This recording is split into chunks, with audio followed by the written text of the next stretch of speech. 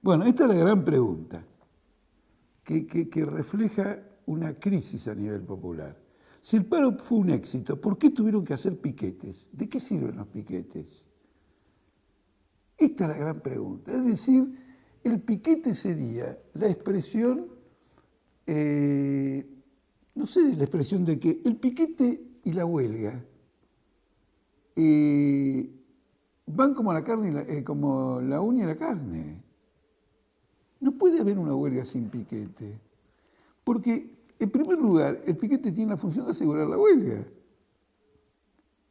Y el hecho de que estén haciendo este tipo de discusión, ¿para qué sirve un piquete? Después de 200 años de piquetes en todo el mundo, de golpe uno se pregunta, che, ¿para qué sirve la pólvora?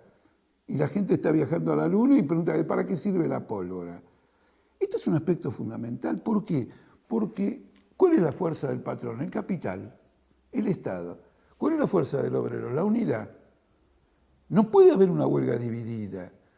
Si en una fábrica se vota 60 por la huelga y 40 en contra, hay que asegurar que el 100% cumpla la huelga.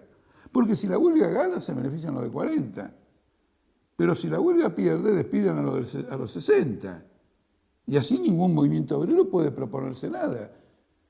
Una huelga sin piquete, y por lo tanto la posibilidad de que las patronales dividan al movimiento obrero, nos lleva a la conclusión de que ¿para qué queremos sindicatos?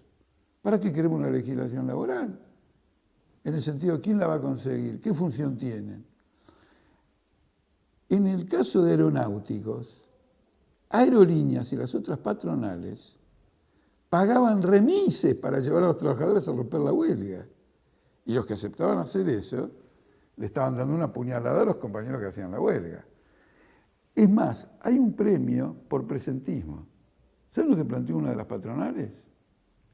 Que a los que fueran a trabajar les iba a dar la totalidad del presentismo que perdían los demás. Ante la acción despótica y canallesca de este tipo de gente, ¿cuál es la respuesta? El piquete. Primer punto de la cuestión. El segundo punto de la cuestión es que no es cuestión de hacer un paro. Cuando un trabajador protagoniza una lucha, se tiene que apropiar de ella. No puede dejar que se la saque otro.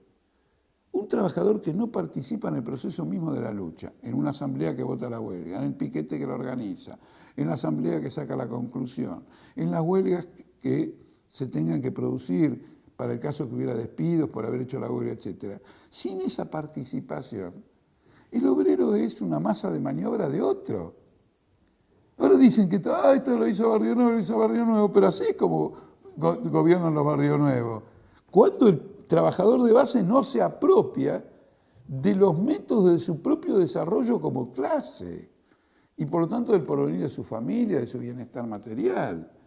Entonces, las huelgas tienen que tener piquete. Ahora, claro que hay una diferencia que creo oportuno aclarar. Los piquetes del año 2002 no tenían esta característica. Por ejemplo, se cortaba una ruta para dimensionar una protesta, porque el que protagonizaba el piquete no tenía trabajo. No es que había una huelga. Entonces hay una diferencia entre el piquete que cortaba una ruta para expresar una protesta, del piquete que busca asegurar que la protesta, en este caso la huelga, digamos, se asegure. Pero siempre se trata de piquetes de trabajadores y demuestra una fuerza, al piquete se lo ve como una fuerza de movilización absolutamente fundamental. Miren, les voy a decir algo que para los que están en contra de los piquetes les va a sonar mal, pero que me parece una maravilla. ¿Cuánto quedó con piquete? Yo todavía me acuerdo de mi primer piquete en el año 59 en la fábrica Grafa, cerca de la General Paz, en una gran huelga textil. Y era un gran factor educativo. Los trabajadores se movilizaban, los sindicatos tenían vida, había asambleas gremiales donde participaban 15.000 obreros, se discutía y se debatía. Tenemos que tener una clase vigorosa, no una clase sometida. Solamente una clase vigorosa mañana puede dar lugar a un gobierno de trabajadores.